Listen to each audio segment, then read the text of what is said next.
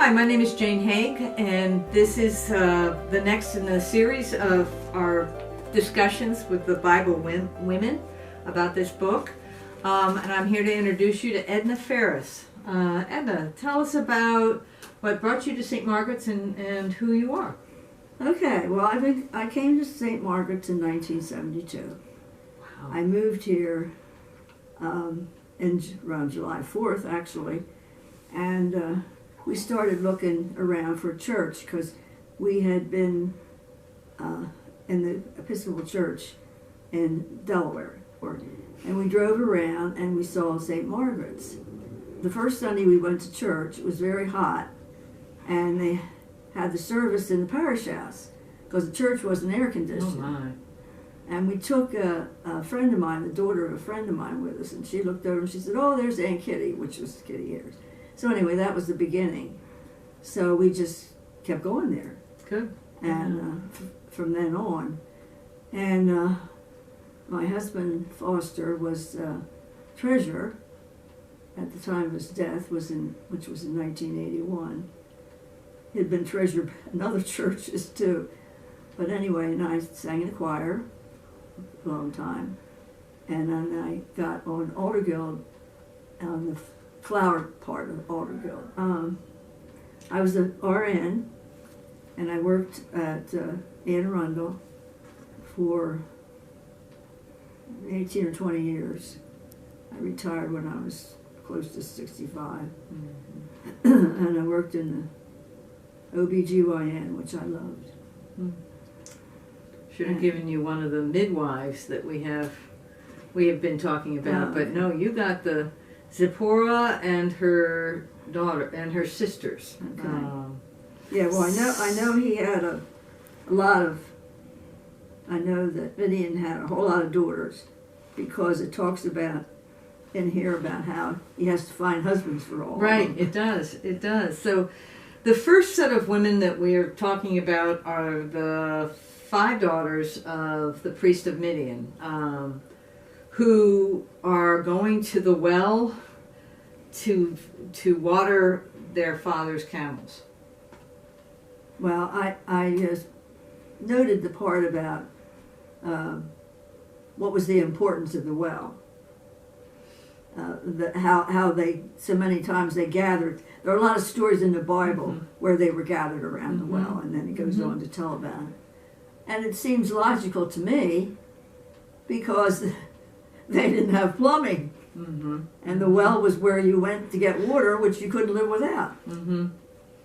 So he's at this well, and these 5 women come to the well, and he and a group of bullies, shepherds, chase them away, and he then decides to chase the shepherds away and helps them water their camels. Yeah, I didn't know the part about him chasing them away, but I remember the part about them watering the camels. Mm-hmm. Mm-hmm. So I noted that. Mm-hmm. Mm-hmm. And then the part where I don't know where it was that. Oh, then he went back to dinner with them. Yeah. I did read that part. Yeah.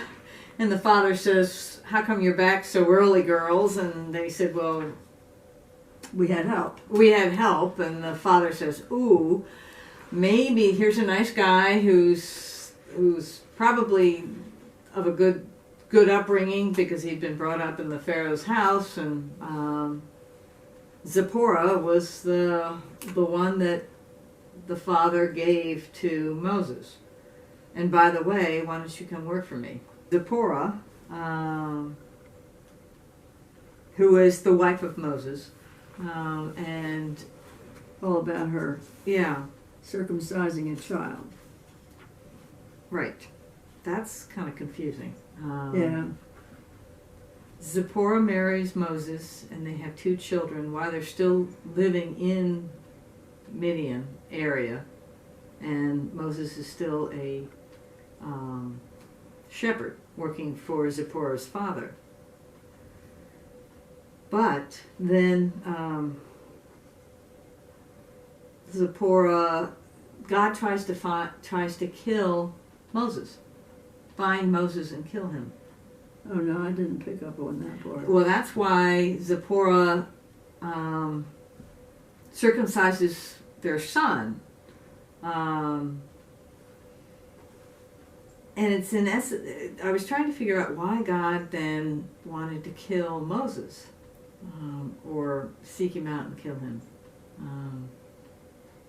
Zipporah knew of this plan, but also guessed that God was displeased with Moses because Moses hadn't obeyed the laws of being a Hebrew and had his sons circumcised. So Zipporah and Moses' sons had not been circumcised, which meant that they had not been inculcated and given within the Hebrew. Because I don't think I picked up that part, because I did question why she did that. Well, she was trying to sort of tell God that no, that's okay. We'll circumcise our children and they'll be Hebrews. Yeah. I'm thinking that Zipporah was perhaps best known because she was married to Moses, but she, and it calls her a flinty woman, that she went to great lengths to protect her husband, Moses. And also, I guess, to make sure that God knew that they were faithful in they were strong in their faith. Even though she was not originally a Hebrew, she was from a sort of a polytheist, a different. She had many gods as opposed to the Hebrews that were known to only have one.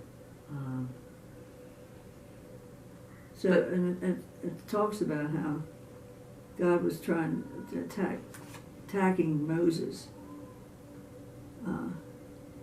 and trying to kill him, but they didn't give a reason.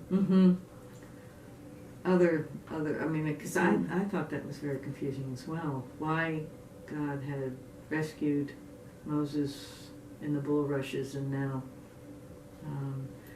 there was a lot of things that God expected Moses to do, and I think it was very important to God that if Moses was going to be the one who saved the Hebrews, Moses had better sit up and fly right here. And one of it was to make sure that Moses' family Moses was sure that God, that his family would be taking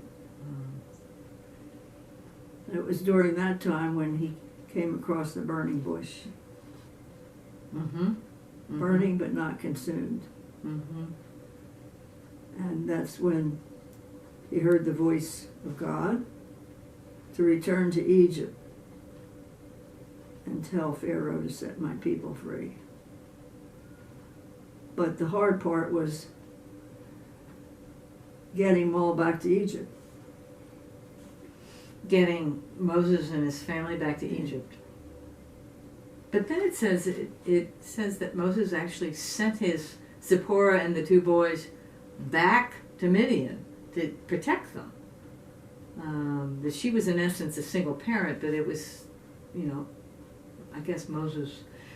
The burning bush, I think, was the first time that Moses actually knew that he was going to be the savior of the Jews or the Hebrews. I think that was really the first time he had heard God's voice calling him.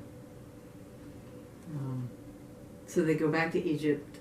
Moses discovers that he's going to be stepping out and arguing with the Pharaoh, and so he sends Zipporah and the boys back to protect them. Somewhat, if you were in the State Department, you want to send your family away just in case. She's only mentioned 3 times in the Bible, as a bride and as a female circumciser and as a relative onlooker. Mm-hmm. And then talks about her father, Jethro. Mm-hmm. Mm-hmm. Her father, Jethro, unites with Moses. But Mm-hmm. And Jethro, in essence, also then, well, it's hard to. Jethro becomes an advisor to Moses. His father-in-law does. they said reviews about Zipporah are mixed about her history, I guess. Mm-hmm. So it's hard to understand. But she was different than most of the other Jewish women. Well, she wasn't Jewish. Well, Yeah, but she or wasn't. Bible women. Right. Mm-hmm. Mm-hmm. She only says 15 words in the Bible. So it's, and yet there's a woman in the Thursday morning Bible class who said her aunt was named Zipporah, and that she grew up learning the story of Zipporah from her aunt. Yeah, because I don't know that I ever heard her name before. Yeah. She's one of those amazing nameless women who She had a part mm-hmm. in our history. Mm-hmm. Mm-hmm. So, and I guess it doesn't really say much about what happened to her later. But she dies. Yeah. When they start, after they've gone through the Red Sea, it took 40 years for the Hebrews to wander around the desert, and sometime in that time, Zipporah dies. Because then Moses gets into a family argument, because Moses ends up marrying his second wife is a Cushite, is a woman from Egypt. So this is her shining moment in the history of the Hebrews. Is she's at the well. She circumcises their son to save Moses, and then she's an onlooker. She just kind of watches her husband go off and serve God. In essence, he was deployed while she was at home raising the children. But she did protect her family. Mm-hmm. Mm-hmm. Far from being one of the playful seven sisters at the well.